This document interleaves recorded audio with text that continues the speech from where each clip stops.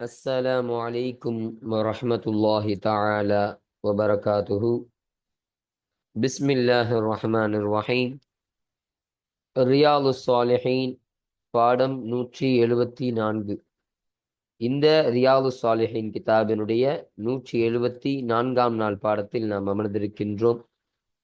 இந்த பாடத்தில் ஒரு புதிய தலைப்பான பாபு முலாத்தஃபத்தில் யதீமி வல் பனாதி வசாயிரில் லாஃபதி வல் மசாகீனி வல் முன்கசிரீன والإحسان إليهم والشفقة عليهم والتواضع معهم وخفض الجناح لهم என்ற தலைப்பின் கீழ் அமையக்கூடிய வரக்கூடிய ஹதீஸுகளை பற்றி நாம் பேச இருக்கின்றோம்.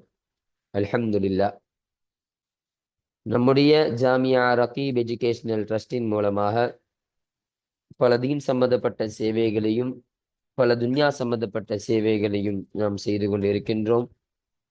இந்த சேவைகள் எவ்வித தொய்வின்றி தொடர்ந்து நடைபெறுவதற்காக நீங்கள் துஆ செய்து கொள்ளுங்கள்.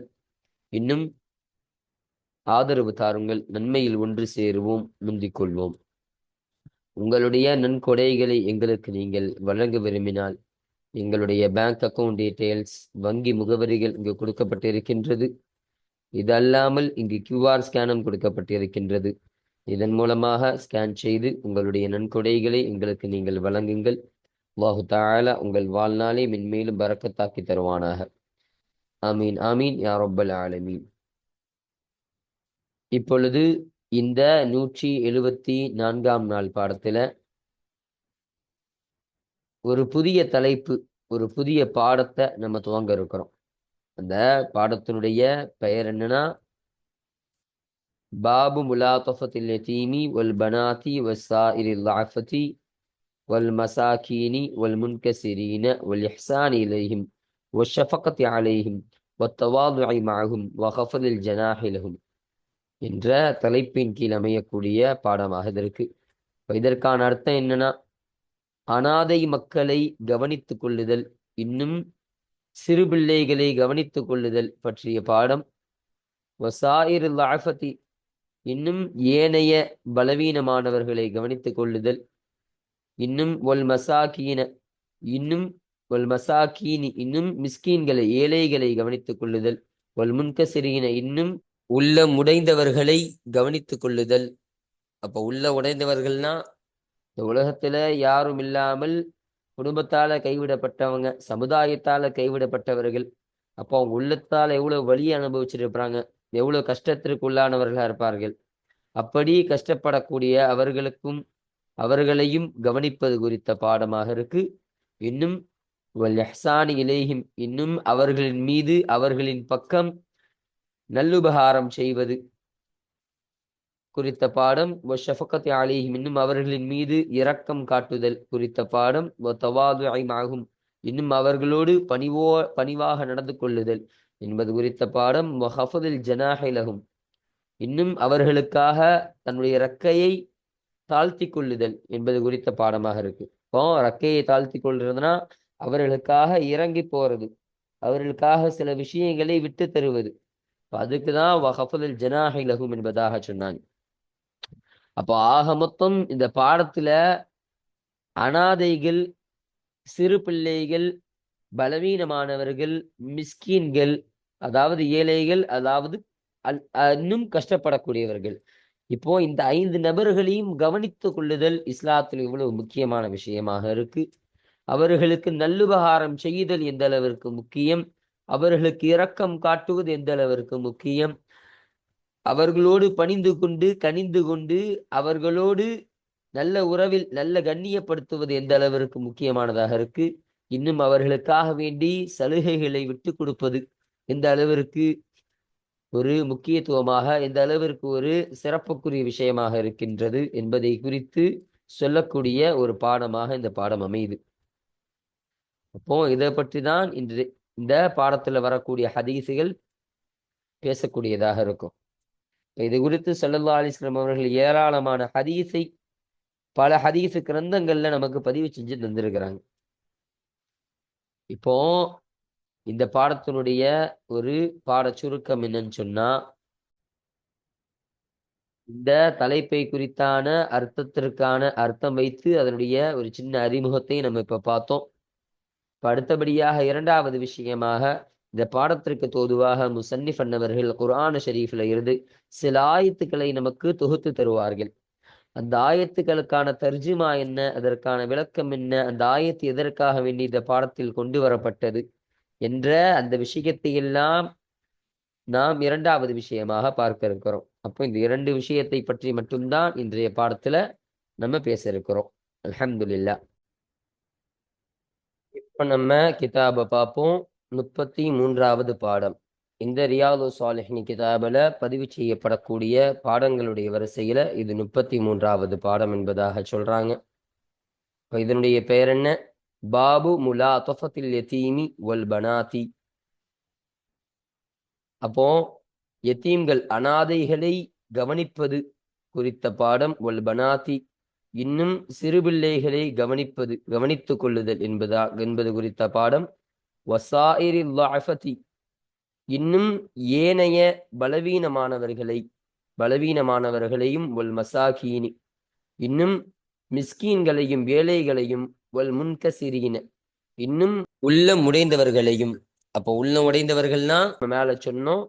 அப்போ மனதால ரொம்ப கஷ்டப்படுத்தப்பட்டவர்கள், இப்போ ரொம்ப கஷ்டத்திற்கு உள்ளானவர்கள், அப்ப கஷ்டப்படக்கூடியவர்கள், அவர்களையும் கவனித்துக் கொள்ளுதல் குறித்த பாடம். இன்னும் வல் இஹ்சானில் இலைஹிம், இன்னும் அவர்களின் பக்கம் நலவை நாடுதல், நல்லுபகாரம் செய்தல் என்பதை குறித்த பாடம். வஷ்ஷஃபகத்தி அலைஹிம், இன்னும் அவர்களின் மீது இரக்கம் காட்டுதல் என்பது குறித்த பாடம். வத்தவாதுஐ மஅஹும், இன்னும் அவர்களோடு பணிவாக நடந்து கொள்ளுதல் என்பது குறித்த பாடம். வஹஃபதுல் ஜனாஹிலஹும், இன்னும் அவர்களுக்காக ரக்கையை தாழ்த்துவது குறித்த பாடமாக இருக்கு. இப்ப ரக்கையை தாழ்த்துறதுன்னா இதுவும் நம்ம மேலேயே சொன்னோம். அவர்களுக்காக பணிந்து போகுவது, அவர்களுக்காக இறங்கி போகிறது என்பது குறித்த பாடமாக இது இருக்கின்றது. இப்பொழுது நம்ம இந்த முசன்னிஃப் அன்னவர்கள் குர்ஆன் ஷரீஃப்ல இருந்து இந்த பாடத்திற்கு தோதுவாக ஒரு 4 ஆயத்துக்களை கொண்டு வருவார்கள் என்பதாக நம்ம சொன்னோம். இப்போ அந்த 4 ஆயத்துக்களை பற்றி இப்ப நம்ம பேசுவோம். பாருங்க. قال الله تعالى, உயர்ந்த அந்த அல்லாஹு தஆலா சொன்னா, வக்ஃபில் ஜனாஹக லில் முஃமினீன், ஸதகல்லாஹுல் அலீம் என்று சொல்லப்படக்கூடிய ஒரு ஆயத்தாக இருக்கு. வக்ஃபில், நீங்கள் தாழ்த்துங்கள், ஜனாஹக, உங்களுடைய ரக்கைகளை நீங்கள் தாழ்த்துங்கள், லில் முஃமினீன், முஃமின்களான அல்லாஹ்வை நம்பிக்கை கொண்ட இறை விசுவாசிகளுக்காக உங்களுடைய ரக்கைகளை நீங்கள் தாழ்த்துங்கள் என்று அல்லாஹு தஆலா சொல்லி காண்பிக்கக்கூடிய ஒரு ஆயத்தாக இது இருக்கு. அப்போ இந்த உலகத்துல யாரு கலிமாவை சொல்லி முஸ்லீமாக இருந்து ஈமான் கொண்டு நல்ல ஒரு முஃமினாக இருக்கிறாரோ அவர்களுக்காக உங்கள் ரக்கைகளை நீங்கள் தாழ்த்துங்கள் என்று அல்லாஹ் சொன்னான். அப்போ ரக்கைகளை தாழ்த்துங்கள்னா என்ன அர்த்தம்? அவர்களுக்கு நீங்கள் இரக்கம் காட்டுங்கள் என்பதாக அர்த்தம். ரக்கைகளை தாழ்த்தி அவர்களை மூடிக்கொள்ளுங்கள், அதாவது அவர்களை அரவணைத்துக் கொள்ளுங்கள், அவர்களுக்கு நீங்கள் இரக்கம் காட்டிக் கொள்ளுங்கள் என்ற அர்த்தத்துலதான் அல்லாஹு தஆலா இந்த ஒரு ஆயத்தை சொல்றோம்.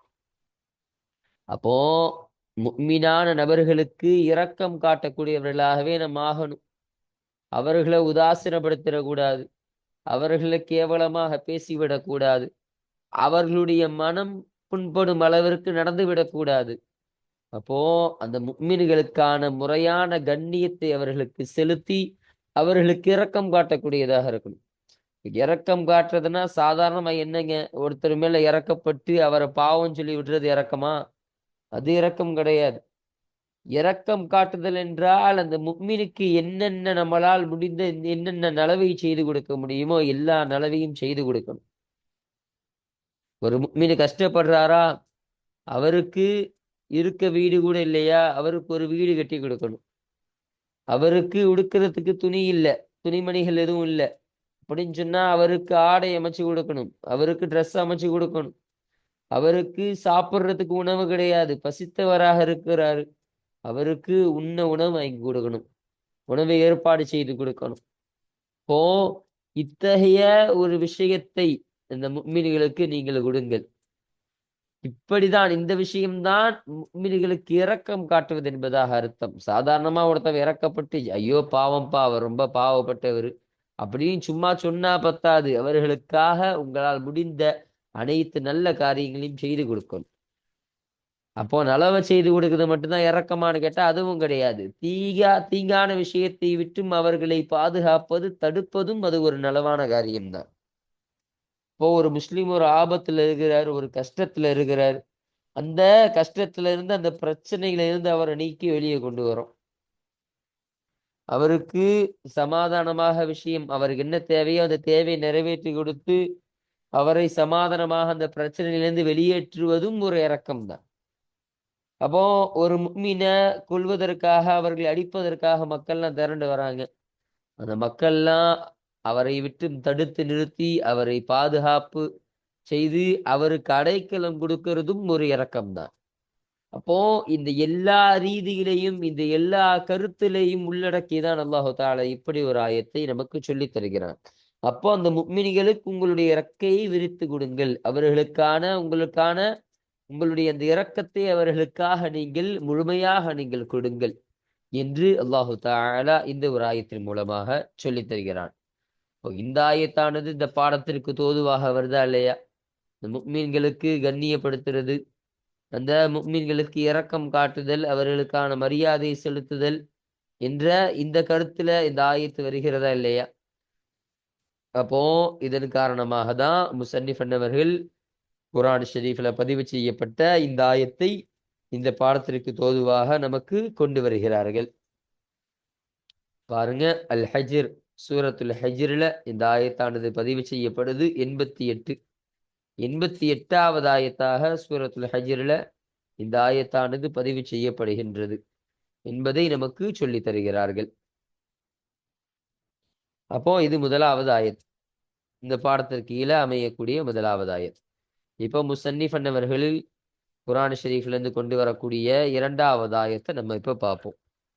வகால தஆலா, இன்னும் உயர்ந்த அல்லாஹு தஆலா சொன்னா, வஸ்பிர் நஃப்ஸக மஅல்லதீன யதுஊன ரப்பஹும் பில்கதாத்தி வல் அஷிய்யி யுரீதூன வஜ்ஹஹு வலா தஉத் ஐனாக அன்ஹும் துரீது ஸீனத்தல் ஹயாத்தித் துன்யா. ஸதக்கல்லாஹுல் அஸீம் என்பதாக சொல்லக்கூடிய ஒரு ஆயத். இந்த ஆயத்திற்கான அர்த்தத்தை பாருங்க. வஸ்பிர் நஃப்ஸக, உங்களுடைய நஃப்ஸை நீங்கள் பொறுமையாக வைத்துக் கொள்ளுங்கள், பொறுமையாக்கிக் கொள்ளுங்கள். மஅல்லதீன, சிலரோடு, எத்தகைய சிலர், யதுஊன ரப்பஹும், அவர்களுடைய ரப்பிடத்தில் அவர்கள் துஆ செய்யக்கூடியவர்களாக, அவர்கள் அழைக்கக்கூடியவர்களாக இருப்பார்கள். பில் கதாதி வல் அஷியி, காலையிலும் மாலையிலும் அவர்கள் அழைக்கக்கூடியவர்களாக இருப்பார்கள், தன்னுடைய ரப்பை அழைக்கக்கூடியவர்களாக இருப்பாங்க. யுரீதூன வஜ்ஹஹு, இன்னும் அவர்கள் நாடுகிறார்கள் அந்த ரப்பினுடைய வஜ்ஹையே, அவருடைய பொருத்தத்தையே அவர்கள் நாடக்கூடியவர்களாக இருக்கிறார்கள். அதனால் வலா தஉத் ஐனாக அன்ஹும், அவர்களை விட்டும் உங்களது கண்கள் திரும்ப வேண்டாம். துரீது ஸீனத்தல் ஹயாத்தித் துன்யா, இந்த உலக வாழ்க்கையினுடைய இந்த அழகை நீங்கள் நாடுபவராக, விரும்பக்கூடியவர்களாக அவர்களை விட்டு உங்களுடைய இரு கண்களையும் நீங்கள் திருப்பி விடாதீர்கள். அப்போ முதலாவதாக அல்லாஹ் சொல்லக்கூடிய விஷயம், சிலரோடு உங்களுடைய நஃப்சுகளை நீங்கள் பொறுமையாக்கிக் கொள்ளுங்கள். அப்போ உங்களுடைய நஃப்சுகளை பொறுமையாக்கினா நீங்கள் பொறுமையோடு இருந்து கொள்ளுங்கள். எப்படி அந்த சில நபர்கள் பொறுமையோடு இருக்கிறார்களோ அதுபோல நீங்களும் பொறுமையோடு இருந்து கொள்ளுங்கள் என்று சொல்றாங்க. அல்லதீன், அவங்க எத்தகையவர்கள் சொன்னா, காலையிலும் மாலையிலும் அவர்களுடைய ரப்பிடத்துல, அவர்களுடைய இறைவனிடத்துல அவர்கள் பிரார்த்திக்கக்கூடியவர்களாக இருக்கிறார்கள். இன்னும் யுரீதூன வஜ்ஹஹு, அவனுடைய பொருத்தத்தையே அவர்கள் நாடக்கூடியவர்களாக இருக்கிறாங்க. அப்போ காலையிலும் சரி மாலையிலும் சரி தன்னுடைய ரப்பிடத்திலேயே அவர்கள் துஆ கேட்கக்கூடியவர்களாக இருக்கிறாங்க. அப்போ அவர்களுக்கு எந்த அளவிற்கு பொறுமை இருக்கும். இப்போ அவங்க துவா உடனே, ஒருத்தவன் திரும்ப திரும்ப துவா கேட்கிறான்னு என்ன அர்த்தம்? அவருக்கு அந்த துவா கபூல் ஆகலன்னு அர்த்தம். இப்போ நம்ம ஒரு விஷயத்த அல்லாஹ்ட்ட கேட்கிறோம், இந்த கேட்ட உடனே நமக்கு அது கபூல் ஆயிடுச்சு, அந்த விஷயம் நடந்துடுச்சுன்னு சொன்னா நம்ம அதுக்கப்புறம் திரும்ப திரும்ப அதை கேட்போமா? கேட்க மாட்டோம். அப்ப திரும்ப திரும்ப ஒரு விஷயத்தை கேட்கிறோம்னு சொன்னா அது கிடைக்காதனாலதான் நம்ம திரும்ப திரும்ப கேட்போம். அப்போ அவர்களுக்கு அவர்கள் கேட்கக்கூடிய அந்த துவா கபூலாகல, கொஞ்சம் அல்லாஹு தஆலா தாமதப்படுத்துகிறான். அப்போ அப்படி தாமதமாகிய பொழுதும் அவர்கள் காலையிலும் மாலையிலும் தன்னுடைய இரட்சகனிடத்தில் கேட்டுக்கொண்டே இருக்கக்கூடியவர்களா இருக்கிறாங்க. தொடர்ந்து கேட்பாங்க, அல்லாஹு தஆலா நமக்கு கண்டிப்பாக தருவான். அப்படி நம்பிக்கையில அவர்கள் கேட்டுக்கொண்டே இருக்கக்கூடியவர்களா இருக்கிறாங்க. இன்னும் அல்லாஹுடைய பொருத்தத்தை தான் அவர்கள் நாடக்கூடியவர்களா இருக்கிறாங்க. அப்ப யாருக்காகவும் அவங்க துவா கேட்கல. அல்லாஹுடைய பொருத்தம் அவர்களுக்கு கிடைக்கணும். அல்லாஹுடைய அந்த திருப்தி என்பது, அல்லாஹுடைய அந்த ரிலா என்பது அவர்களுக்கு கிடைக்கணும் என்ற ஒரு நாட்டத்தை கொண்டவர்களாகவே அவர்கள் இருப்பார்கள். அத்தகையவர்களோடு நீங்கள் பொறுமையோடு இருந்து கொள்ளுங்கள் என்று அல்லாஹு தஆலா சொன்னா. அப்ப இவர்கள் எப்படி பொறுமையோடு இருந்து என்னையே நம்பி என்னிடத்திலேயே துஆ கேட்டு என்னுடைய பொருத்தத்தையே ஆதரவு வைக்கக்கூடியவர்களாக விரும்பக்கூடியவர்களாக இருப்பார்களோ அதுபோல நீங்களும் இருங்கள் என்பதை அல்லாஹு தஆலா சொல்லி இன்னொரு விஷயத்தையும் சொல்றான்.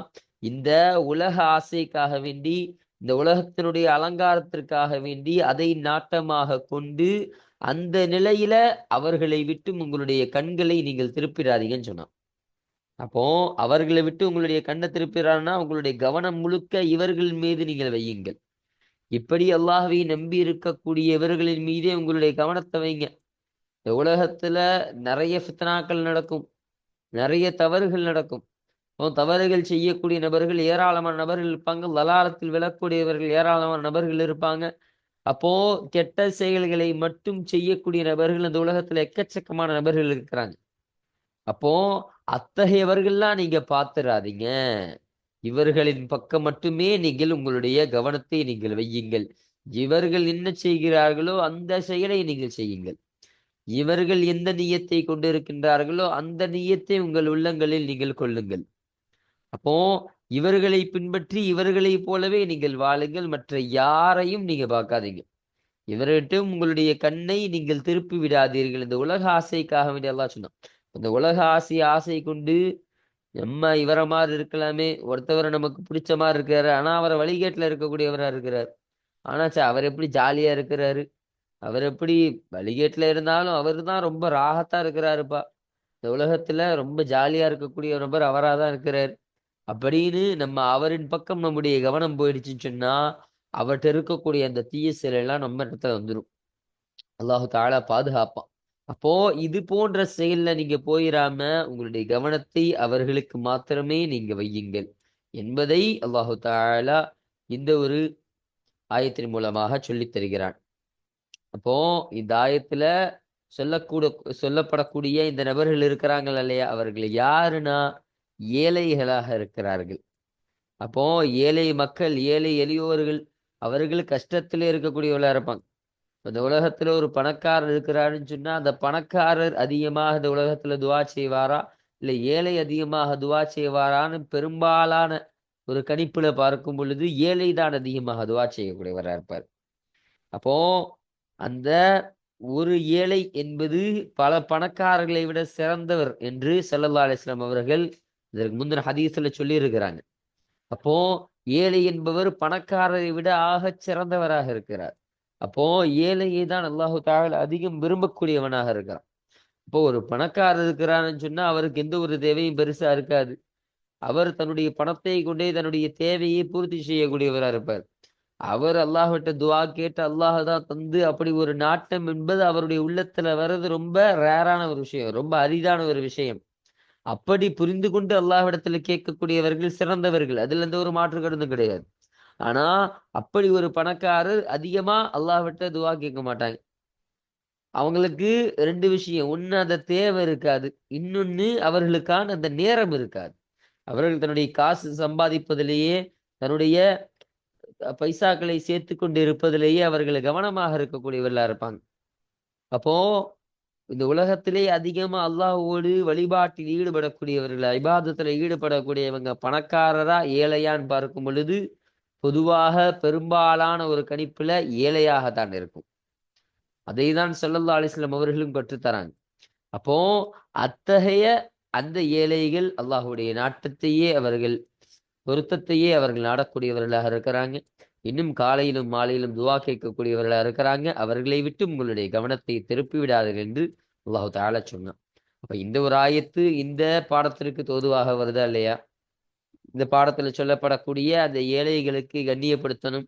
அந்த ஏழைகளுக்கான சிறப்பு, அவர்களுக்கு இரக்கம் காட்டுதல், நலவு செய்யுதல், நலவை நாடுதல் என்ற இந்த பாடத்திற்கு தோதுவாக இந்த ஆயத்து வருகின்ற காரணமாக தான் இந்த ஆயத்தினை முசன்னிஃப் பண்ணவர்கள் இந்த பாடத்திற்கு தோதுவாக இங்கு கொண்டு வந்திருக்கின்றார்கள். அப்போ இந்த ஆயத்தானது 2வது ஆயத்தாக இருக்கு. பாருங்க, அல் கஹ்ஃப், சூரத்துல் கஹ்ஃப்ல இந்த ஆயத்தானது பதிவு செய்யப்படுது. 28வது ஆயத்தாக சூரத்துல் கஹ்ஃப்ல பதிவு செய்யப்படுகின்றது என்று சொல்றாங்க. அப்போ முசன்னிஃப் அன்னவர்கள் கொண்டு வந்த 2 ஆயத்தை நம்ம பார்த்தாச்சு. இப்ப அடுத்தபடியாக 3வது ஆயத்தை சொல்றாங்க பாருங்க. வகால தஆலா, இன்னும் உயர்ந்த அல்லாஹு தஆலா சொன்னா, فَأَمَّا الْيَتِيمَ فَلَا تَقْهَرْ وَأَمَّا السَّائِلَ فَلَا تَنْهَرْ ஸதகல்லாஹுல் அலீம் என்று சொல்லப்படக்கூடிய ஒரு ஆயத்தாக இந்த ஆயத்தானது இருக்கின்றது.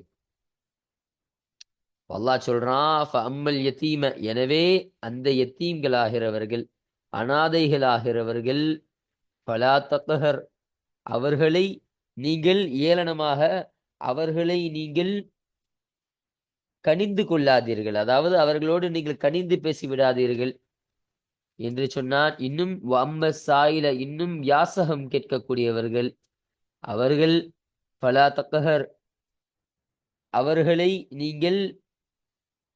நீங்கள் விரட்டாதீர்கள் என்று அல்லாஹு தஆலா சொல்லி தந்தான்.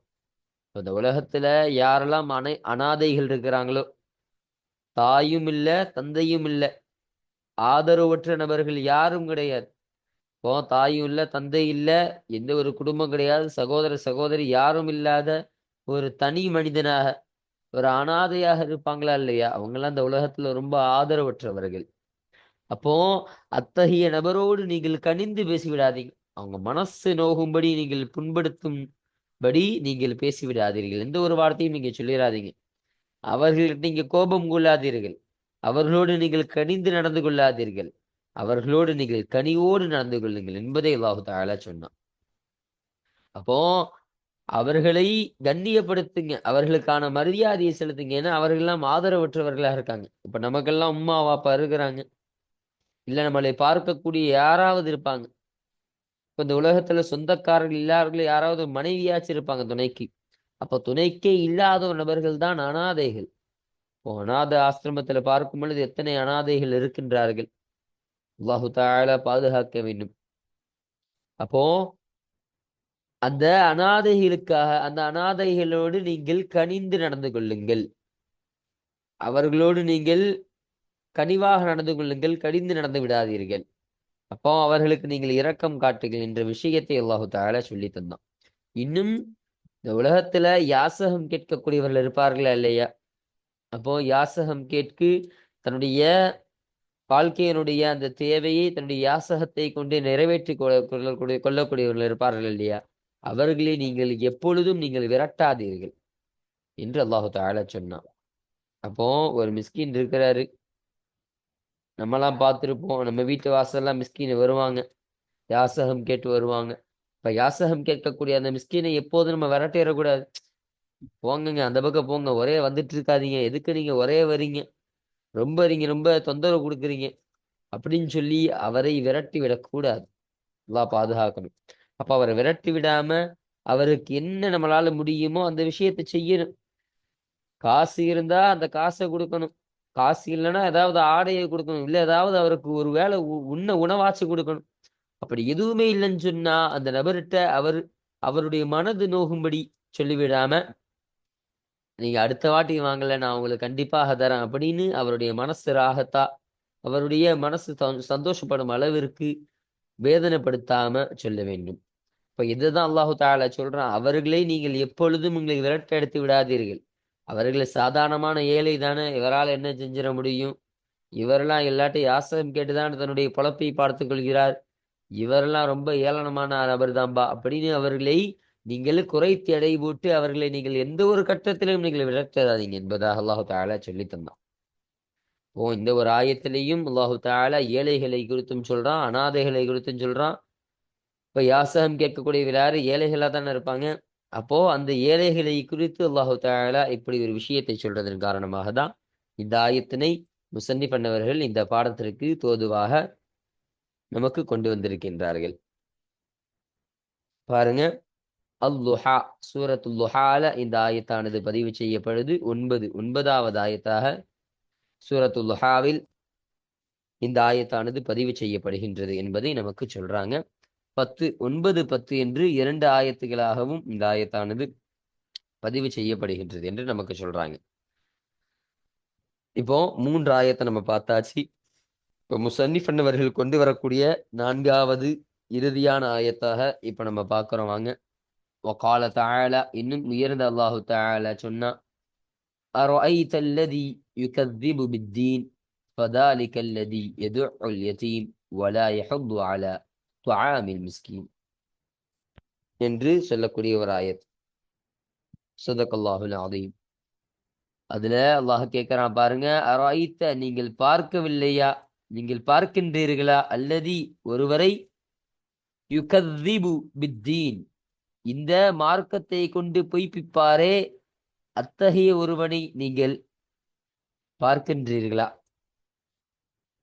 என்பதாக அல்லாஹு தஆலா கேட்கிறான். கேட்டுட்டு சொல்றான், ஃபதாலிக எனவே அவராகிறவர், அல்லது எத்தகையவர் என்று சொன்னால், யதுஉல் யதீம அவர் அனாதையான மக்களை விரட்டுகின்றவராக இருக்கிறார். அத்தகைய நபராக அவர் இருக்கக்கூடியவராக இருக்கிறார் என்று அல்லாஹு தஆலா சொன்னான். அப்போ இந்த தீனை பொய்ப்பிக்கக்கூடிய நபரை உங்களுக்கு காட்டி தரட்டுமான்னு அல்லாஹ் கேட்கிறான். அப்போ அந்த இந்த மார்க்கத்தை பொய்ப்பிக்கக்கூடிய நபர் யாரு தெரியுமா? அனாதைகள், இந்த உலகத்தில் இருக்கக்கூடிய அனாதைகள்லாம் மிரட்டி கொண்டு அவர்களை விரட்டி அடிப்பானே அத்தகையவன் தான். அவன்தான் இந்த தீனை நாசமாக்கக்கூடிய, இந்த தீனை பொய்ப்பிக்கக்கூடியவனாக இருக்கிறான் என்று அல்லாஹு தஆலா சொல்கிறான். இன்னும் வலா யஹுது அலா துஆமில் மிஸ்கீன் அந்த ஏழையான மக்களினுடைய அந்த உணவின் மீது, அந்த உணவினை அவன் தூண்டவும் மாட்டான். அப்போ அந்த ஏழையான மக்களுக்கான அந்த உணவை அவன் அவன் தயங்க மாட்டான், அவன் கொடுக்கவும் மாட்டான். அதாவது ஒரு ஏழையான ஒரு மக்கள் ஒரு உணவு கேட்டு வராருன்னு சொன்னா அந்த உணவை இவனுக்கு கொடுக்கவும் மாட்டான். இவர் என்னப்பா இவர் சும்மா வந்து கேட்டுக்கிட்டே இருக்காரு அப்படின்னு சொல்லி அவருக்கு உணவு கொடுக்காம,